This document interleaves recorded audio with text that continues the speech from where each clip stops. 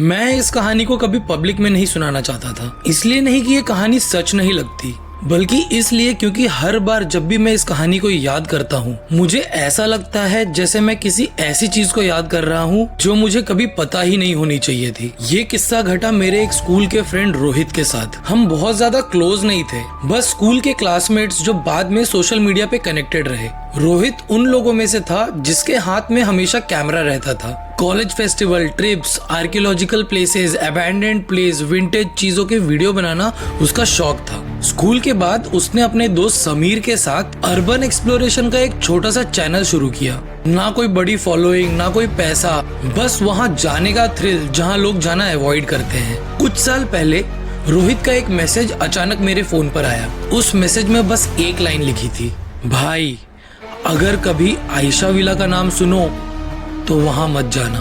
मुझे लगा वो मजाक कर रहा होगा। मैंने हंसकर रिप्लाई किया और पूछा ये कौन सा नया ड्रामा है। उसने कोई लाफिंग रिप्लाई नहीं भेजा। 2 दिन बाद उसका एक लंबा वॉइस नोट आया। मैं रात को अकेला था, ईयरफोन्स लगाए हुए था, और जब मैंने उसकी आवाज सुनी, वो आवाज रोहित जैसी तो नहीं लग रही थी। उसकी आवाज ऐसी थी जैसे मानो नीची, दबी हुई, धीमी, जैसे कोई सुन रहा हो। और अब आगे जो आप सुनने वाले हो, यही वो कहानी है जो उस वॉइस नोट में मुझे आई। वो लोग खंडाला रात के करीब 1 बजे पहुंचे थे। प्लान सिंपल था, आयशा विला को थोड़ा सा एक्सप्लोर करना, कुछ फुटेजेस बनाने और तुरंत वापस निकल जाना। समीर बहुत एक्साइटेड था, मगर रोहित नॉर्मल था। उन्होंने पहले भी काफी ऐसी जगह एक्सप्लोर की थी, लेकिन उस रात विला के पास पहुंचते ही कुछ ठीक नहीं लग रहा था। आयशा विला का गेट लॉक्ड नहीं था, वो आधा खुला हुआ था। टूटा हुआ नहीं, जबरदस्ती खोला हुआ भी नहीं, बस खुला हुआ, जैसे कोई अंदर गया हो और बंद करना भूल गया हो। अच्छा, आयशा विला एक और चीज के लिए फेमस है, उसके गेट के बाहर खड़ी एक रोल्स रॉयस के बारे में। जिन जिन लोगों ने भी आज से पहले कभी आयशा विला के बारे में सुना है, उन्हें वहाँ के रोल्स रॉयस के बारे में तो पता ही है। और अगर आप ये कहानी पहली बार सुन रहे हो तो इस वीडियो के बाद एक बार जाके आप आयशा विला के वीडियोस और फुटेजेस देखना, आपको वहाँ पे रोल्स रॉयस तो जरूर दिखेगी। अब ये गाड़ी पुरानी थी, धूल से भरी हुई, मगर इसकी लग्जरी साफ झलकती है। समीर ने हंसी में बोला, भाई अगर भूत है ना तो अमीर है। दोनों हंस रहे थे और उसी पल कार का हॉर्न बजा। न ज्यादा तेज न लंबा, बस एक क्लियर हॉर्न की आवाज।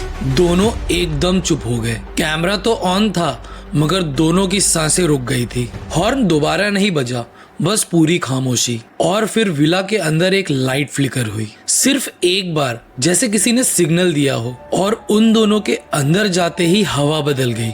न ठंडी हुई न गर्म हुई, बस भारी हो गई। उनको सांस लेने में भी जोर लगाना पड़ रहा था। उनके पीछे दरवाजा बंद तो नहीं हुआ, पर वो दोनों ने बताया कि उन्हें साफ आवाज सुनाई दी, जैसे पीछे दरवाजा बंद हुआ, या मानो वो आवाज ऐसी थी जैसे कोई भारी चीज नीचे गिरी हो। उस विला के अंदर लॉबी में एक पुरानी सी स्टेयरकेस थी। सीढ़ियों पर फुटप्रिंट थे। ये फुटप्रिंट्स पुराने तो नहीं लग रहे थे, घिसे हुए थे, गीले से, जैसे कोई भीगे पैर से जल्दी जल्दी ऊपर चढ़ा हो। रोहित कैमरा से फॉलो कर रहा था, पर समीर ने धीरे से कहा, रोहित वापस चलते हैं भाई, बस कर, कुछ गलत लग रहा है। उसी वक्त उन्होंने एक हल्की सी आवाज सुनी, डोंट। ये आवाज उनके माइक में बिल्कुल साफ रिकॉर्ड हुई। समीर ने घूमकर रोहित से पूछा, भाई तूने कुछ बोला क्या?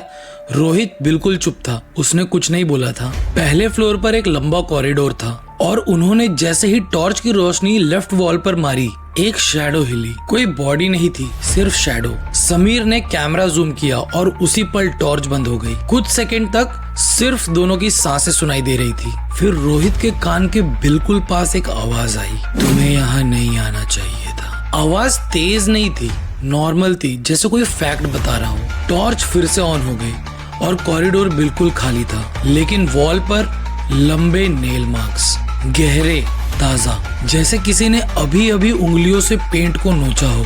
समीर उस वक्त बहुत डर गया था। उसने रोहित को वापस चलने को कहा। रोहित ने बताया कि वो मानता है ये वो गलती थी जो उसने की। उसने कहा बस थोड़ा और देख लेते हैं। बस इन्हीं कुछ चंद शब्दों के वजह से आगे जो होने वाला था वो रोहित को जिंदगी भर हॉन्ट करने वाला है। ऊपर एक दरवाजा था जिसका कमरा लॉक्ड होना चाहिए था, लेकिन वो खुद ही धीरे से खुल गया।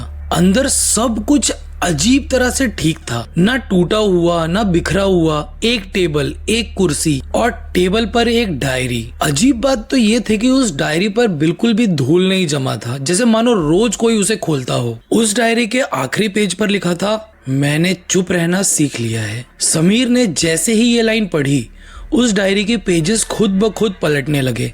ना तेज ना हवा, एक के बाद एक, हर पेज पर बस एक ही लाइन, तुम देख सकते हो ना।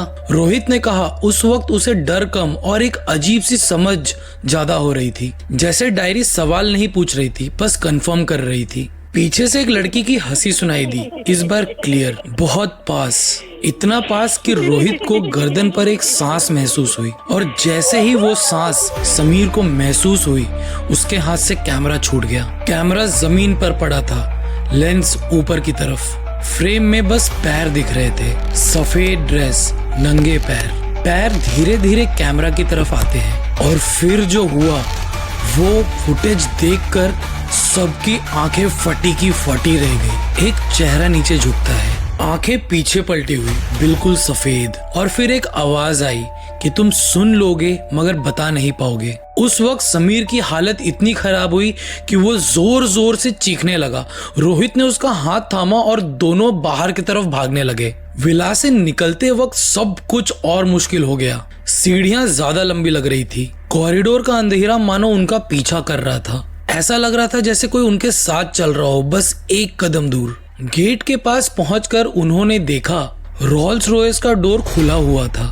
ड्राइवर सीट गीली थी, पानी टपक रहा था। कार के सीट पर कुछ बाल चिपके हुए थे और डैशबोर्ड पर किसी ने कुछ लिखा था। जब उन्होंने गौर से देखा तो वो समीर का नाम था।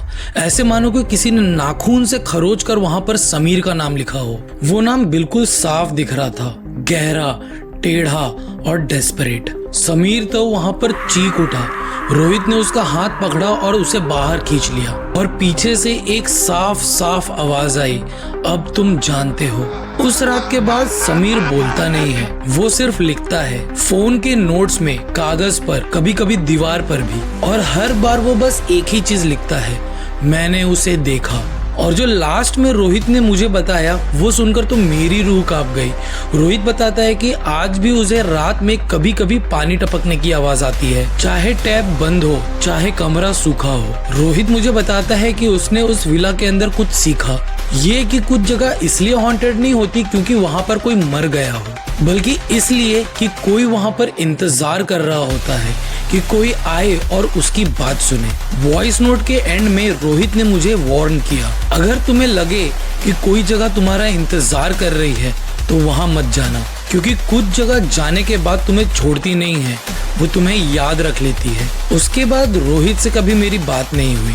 कुछ महीने बाद मैंने उसे मैसेज किया तो मुझे पता चला कि उसका अकाउंट डिलीटेड है। समीर का अकाउंट तो अभी भी है, मगर ना उसने कभी कोई मैसेज किया है, ना ही कोई पोस्ट डाला है, ना ही कभी कोई फोटो अपलोड की है। सिर्फ बायो में एक लाइन, मैंने उसे देखा। आयशा विला आज भी खंडाला में खड़ा है। लोग कहते हैं ये सिर्फ एक कहानी है, शायद, लेकिन कुछ कहानियों को यकीन की जरूरत नहीं होती, उन्हें बस अगला विजिटर चाहिए होता है। और आयशा विला में जो भी है उसमें बहुत सब्र है। सो गाइज, आई होप आपको ये कहानी पसंद आई होगी।